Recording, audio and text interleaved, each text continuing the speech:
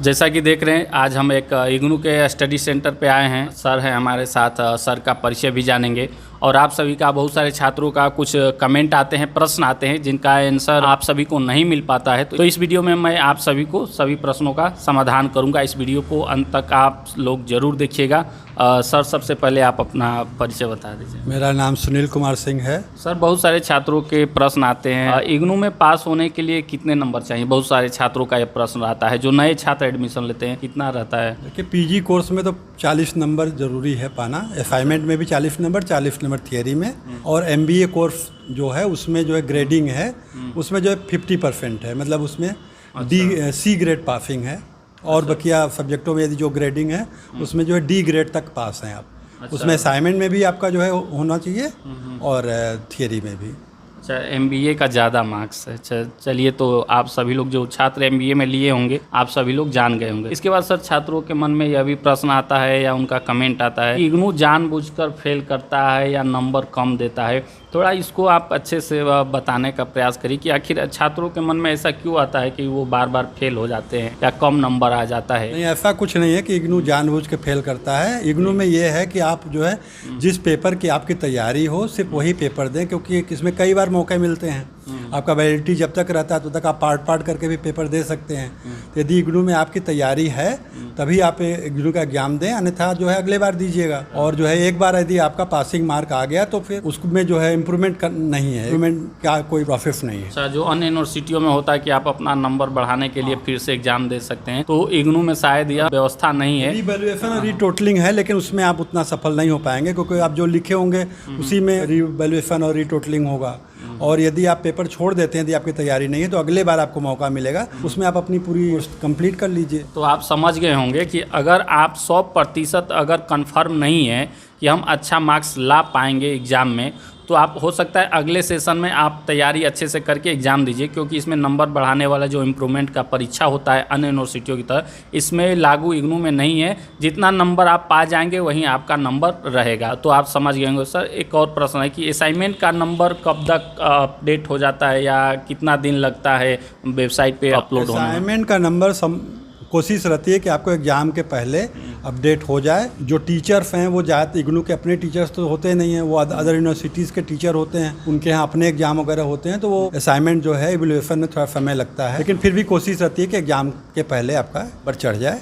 वह कितना समय लग जाता होगा? सामान्य कुछ जानकारी आपको? 2-3 महीने लग जाते हैं। जैसे 2-3 महीने बाद अपडेट हो जाता है। सर स्टडी मटेरियल को लेकर भी छात्रों के मन में प्रश्न है। छात्र हमें कमेंट कर रहे हैं कि अभी तक स्टडी मटेरियल नहीं मिला है, तो ये लेट का कारण क्या होता है? बहुत सारे छात्रों को तो बहुत जल्द मिल जाता है, लेकिन बहुत सारे छात्रों को लेट होता है। इसका कारण आप कैसे देखते हैं? स्टडी मटेरियल जो है आपके एडमिशन से होता है। यदि आपने जैसे जुलाई सेशन या जनवरी सेशन चल रहा है, जो बच्चे शुरू में एडमिशन ले लेते हैं उनको जल्दी स्टडी मटेरियल मिल जाता है, क्योंकि स्टडी मटेरियल जो है दिल्ली से डायरेक्ट उनके एड्रेस पे आता है।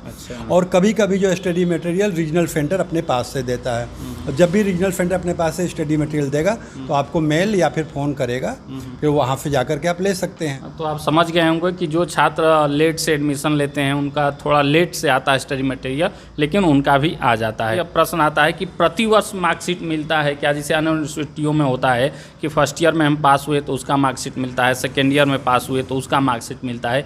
इग्नू में केवल एक ही मिलता है या प्रतिवर्ष मिलता है? नहीं, इग्नू में जो है प्रतिवर्ष मार्कशीट नहीं मिलता है, उसका आपका ग्रेड कार्ड होता है। ग्रेड कार्ड का आप प्रिंट आउट निकाल सकते हैं, और मार्कशीट जब आपका फाइनल पास हो जाएंगे तब उसके बाद आप जो है फाइनल मार्कशीट बन के मिलता है। यानी कि मान लीजिए यूजी कोर्स है 3 वर्ष का, तो तीनों वर्ष का एक ही मार्कशीट में नंबर रहता है, और पीजी है तो दोनों वर्ष का एक ही में रहेगा, बस एक ही मार्कशीट मिलेगा। जो फाइनल मार्कशीट होता है उसमें जो है आपका 30% असाइनमेंट के मार्क्स और 70% रिटन के मार्क्स को एवरेज मिला करके आपका बनता है। तो आप समझ गए होंगे कि एक ही मिलता है, सारा नंबर असाइनमेंट का थ्योरी का मिलाकर उस पर रहता है। इसके बाद सर एक और प्रश्न आता है कि स्टडी सेंटर पे क्लास चलता है क्या? मान लीजिए एडमिशन क्लोज हो जाए या एडमिशन कंफर्म हो जाए, उसके कितने दिनों के बाद क्लास चलने की संभावना रहती है? जब एडमिशन कंप्लीट हो जाता है उसके बाद इंडक्शन प्रोग्राम होता है, उसके बाद वे क्लासेस चलते हैं। और इधर कोविड के बाद से क्लासेस जो है ऑनलाइन भी चल रहे हैं। अदर स्टडी सेंटर में पर भी क्लास चलता है तो बच्चों को जोड़ दिया जाता है उस पर, उनका मैसेज उनको जो है रीजनल सेंटर से जाता है। और ये इंडक्शन मीटिंग क्या होता है, अगर छात्रों को थोड़ा सा आप समझा दें। इंडक्शन मीटिंग परिचय समारोह एक स्टडी सेंटर अपने ऑर्गेनाइज करता है, या ऑनलाइन करे या ऑफलाइन। उसमें जो है अपने स्टडी सेंटर के जो बच्चे होते हैं उनको जो है अपने स्टडी सेंटर के बारे में अदर सारी जानकारी दी जाती है, जिसमें कोऑर्डिनेटर, सारे स्टाफ और जो है regional director, assistant regional director सभी लोग मौजूद होते हैं। बच्चों के प्रश्नों का उसमें समाधान किया जाता है। इसके बाद सर एग्ज़ाम देने के लिए कितनी बार मौका मिलता है इग्नू में? एग्ज़ाम देने के लिए आपको जो है, जैसे सेमेस्टर है तो सेमेस्टर का एग्ज़ाम 6 महीने बाद होता है, और जो है ईयरली होता है उसका जो है 1 साल के बाद एग्ज़ाम होता है। लेकिन जैसे आपका 2 साल का कोर्स है तो आपकी वैलिडिटी जो है आपके कोर्स की या तो 4 साल होगी या तो 5 साल होगी।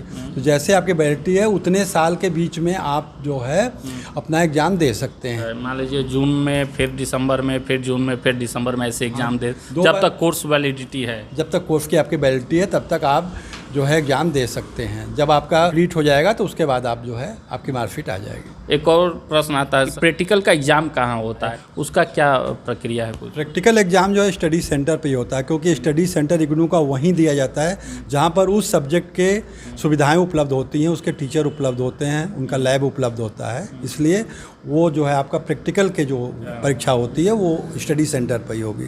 तो इस तरीके से आप लोग समझ गए होंगे, जितने भी आपके मन में प्रश्न थे सभी को आंसर देने का हमने प्रयास किया। अन्य कोई भी प्रश्न आपके मन में हो इग्नू से संबंधित तो निसंकोच आप हमसे कमेंट करके अवश्य पूछ सकते हैं। आप हमारे टेलीग्राम चैनल को ज्वाइन कर सकते हैं, इंस्टाग्राम पे फॉलो कर सकते हैं, दोनों का लिंक वीडियो के डिस्क्रिप्शन में मिल जाएगा। और सर आपका बहुत बहुत धन्यवाद कि आपने काफ़ी समय दिया। धन्यवाद।